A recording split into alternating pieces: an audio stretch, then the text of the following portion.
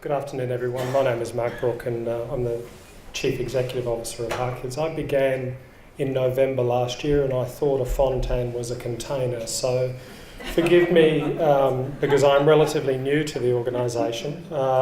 Many in the room would be aware that Heartkids has unified as an organisation and become one single charity across the country, and I was appointed early last year. Now, I feel a bit of a fraud standing up here because a number of my board and my staff are here, and I wanted to acknowledge those guys because they really are the heart and soul of Heartkids.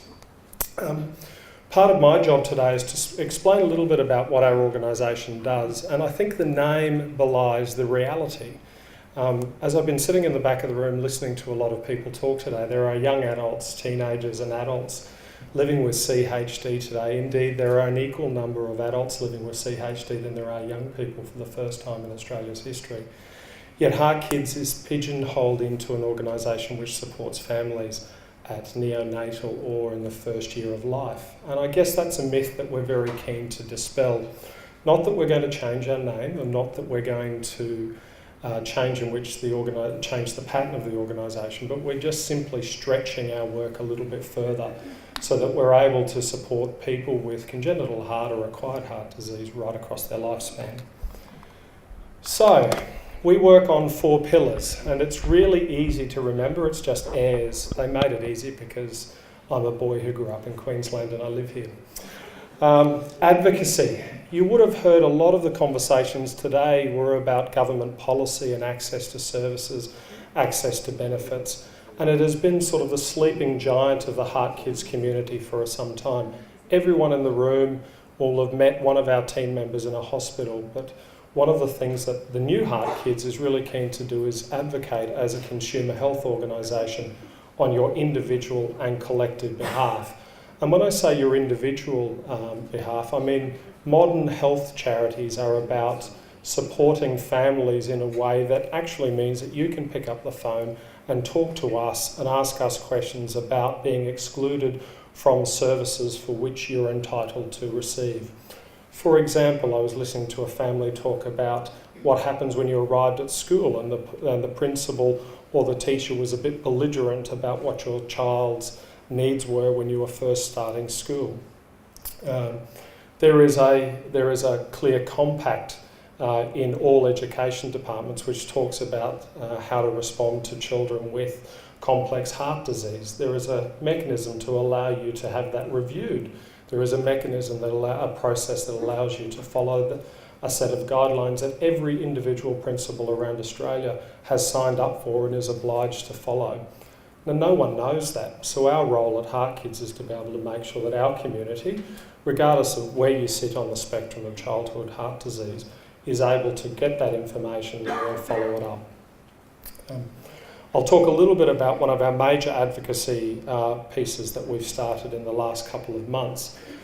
It is fair to say that, in our view, after conducting focus groups all around the country, that families with CHD are treated inequitably, insofar as that there is this sliding scale of access to NDIS, and there is certainly a sliding scale to carers benefits. So Heartkids has started to agitate with the relevant ministers to ensure that there is equal access, or more precisely equal opportunity so that your families and yourselves can avail yourselves of those services. It is incredible to me, as someone who spent 10 years working at a respiratory charity, that someone with severe asthma can receive NDIS, but someone with CHD or a Fontan cannot. Yet the simplistic and somewhat simplistic framework by which you're assessed doesn't or precludes families from receiving that support, particularly when we hear a lot about families needing early intervention support at those pivotal points of early childhood and entering school and in their teenage years. So that's advocacy. Information. I wish I could say I had all of the answers, and I wish I could say that there was a one-stop shop for information. On Monday, we will be launching the new Heartkids website, which we think will be the beginning of a new portal so that you can type in, how do I get my principal off his backside to understand what happens in CHD? and it'll probably come up with backside a few times, but you'll know when you get into that there'll be a whole range of new information sheets that are being developed. And one of the things that I'm really keen to see, if you find our staff, is to put those ideas to our staff. You know, what are those physical exercise requirements? What sports are? How do I communicate with a sports coach? How do I communicate with my young person or a young adult wanting to do A, B, C or D? The sex, drugs and rock and roll conversation that Morga was having with parents in the other room is a classic conversation that young people at teen camp this year were already having. So our new website and our new 1-800 information line is about providing you with those points of direction. We're also not afraid, when necessary, to pick up the phone and talk to people on your behalf, and we'll be launching that service later in the year. Now, what I mean by that, we won't name the company. It's a very large hardware chain, starts with a B, owned by Wesfarmers. That company earlier this year let a father go because he had to travel to Melbourne to work, and he lived in Port Macquarie, had to travel to Melbourne and was working in Melbourne. His child was being treated in Melbourne, leaving the family to go back to the dole queue. The reality is that we could pick up the phone and talk to Wesfarmers and say, why can't you transfer him from that store to that store? You're a big company. That's ridiculous. And sure enough, after he'd been treated quite badly by his employer, we were able to pick up the phone and ensure that he was transferred. Now, those are the types of good consumer health advocacy work that Heartkids is keen to do across the lifespan. Everyone would know that research has always been one of our bread and butter, and I acknowledge Dr. Lisa Selby, the chair of our research committee that's here today. So each year, Heartkids does, amongst other things, fund a whole range of researchers, and you've seen our logo up there a few times. Sadly, though, as an organisation, the level of research for CHD has been declining as that pie has been cut in multiple ways. So as Alzheimer's and mental health and other conditions have become very prominent in our community, the pie has remained the same, but it's being sliced up smaller and smaller and smaller. So along with several others in the community, we've been raising funds and asking the Commonwealth Government to, it's a term that's been bandied around lately, but ring-fence some money for CHD research. And last of all, you'll have met, and I think of our support coordinators are really happy to stand up. You know, that means you have to stand up. Don't just bloody look at me like I'm from here. So you too, Rebecca. Rebecca, you have to. I think CEO doesn't mean no. For us, these guys really are the face of the organisation. I would make a point that part of our strategic journey as an organisation is to actually work across the lifespan now. So Rebecca, for example, is our teen transition worker in Victoria, and we will have a new teen transition worker starting in New South Wales, and we'll have a new teen transition worker starting in Queensland within the next 6 months, because we believe that young people at particular ages need different sorts of workers working with them. How am I going for time, Karen? You'll give me the... Okay. And we wanted to talk about a number of key priorities. So could I just acknowledge Rachel and Patrick and Jaden in particular, and a number of cardiologists in the room who participated on the inaugural National CHD Roundtable, which was on Tuesday. Was it Tuesday? Yeah, Tuesday this week at Parliament House in Canberra. I'm sort of delighted to announce that for the first time in Australia's history, the Health Minister agreed to fund a national CHD national CHD plan. So put that in the context, we've never had a strategic vision for CHD in this country. There are bits and pieces and there are very successful models all around the country, but it's never ever been joined. And as a result of the 2011 white paper, look it up on our website, it's 70 pages of the best sleeping pill you'll ever find.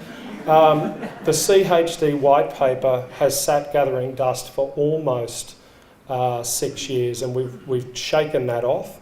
and the Commonwealth has committed funding for the first time in our organisation's history to start talking about the things that you've been talking about: models of care for children, models of care for young people, models of care for adults, and what that looks like.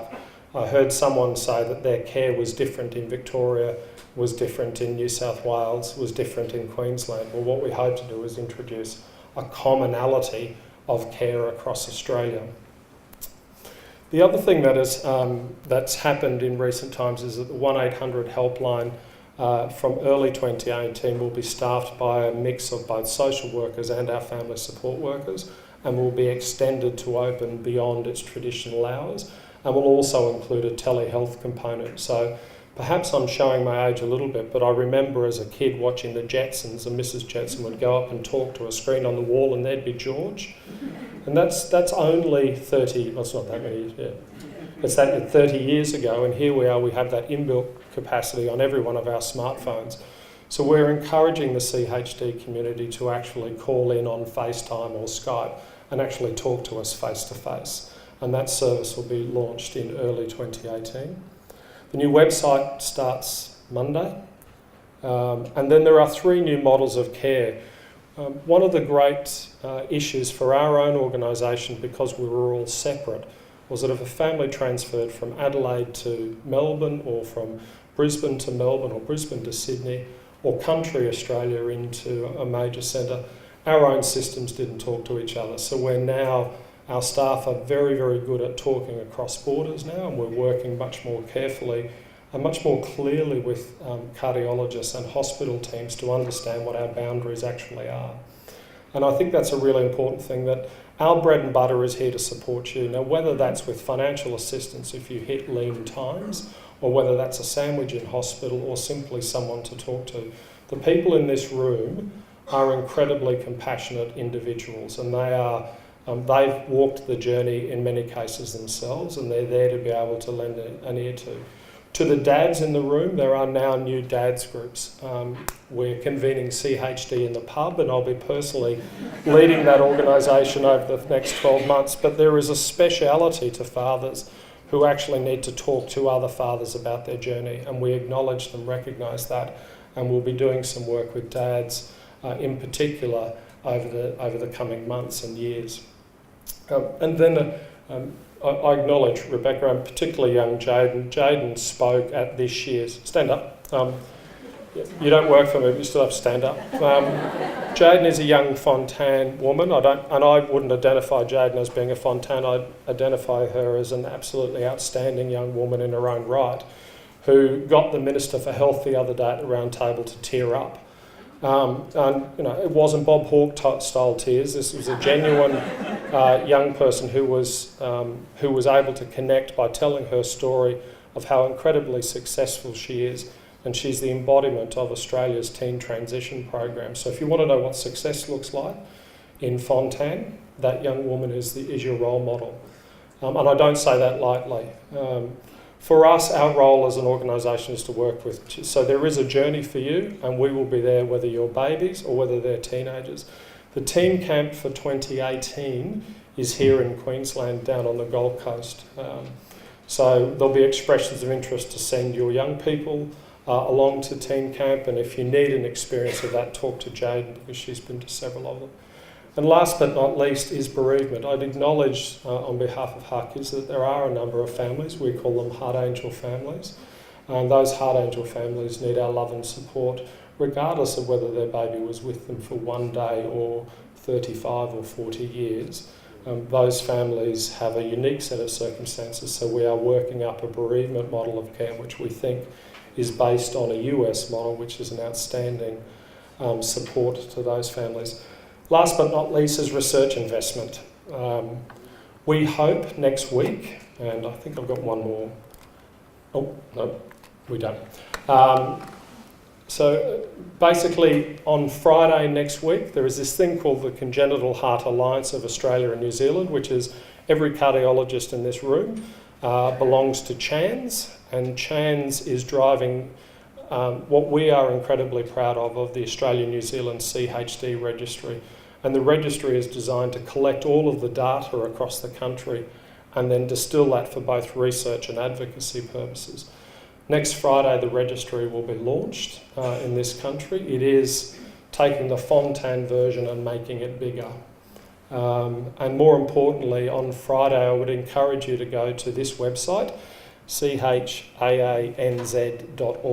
You'll never remember it, so go to the Heartkids one, then click on the link and go to that one. And because we're launching the first ever national CHD survey on Friday. And that national CHD survey has been funded by a couple called Jill and John Kinghorn, who've donated $3.5 million over the next 5 years to ensure that your voices are actually heard by cardiologists and by the medical community, and more importantly by those people that make the decisions, the politicians. And I'd acknowledge Jill and John Kinghorn. They don't have a child with CHD, but they believe very much in our cause and in our work, and they're incredibly generous and wonderfully spirited people. So thank you for the opportunity to speak, Karen and Eves, and if there's anything that my team or I can do, please just come up and ask us, and we'd be delighted to try to help you. Thank you.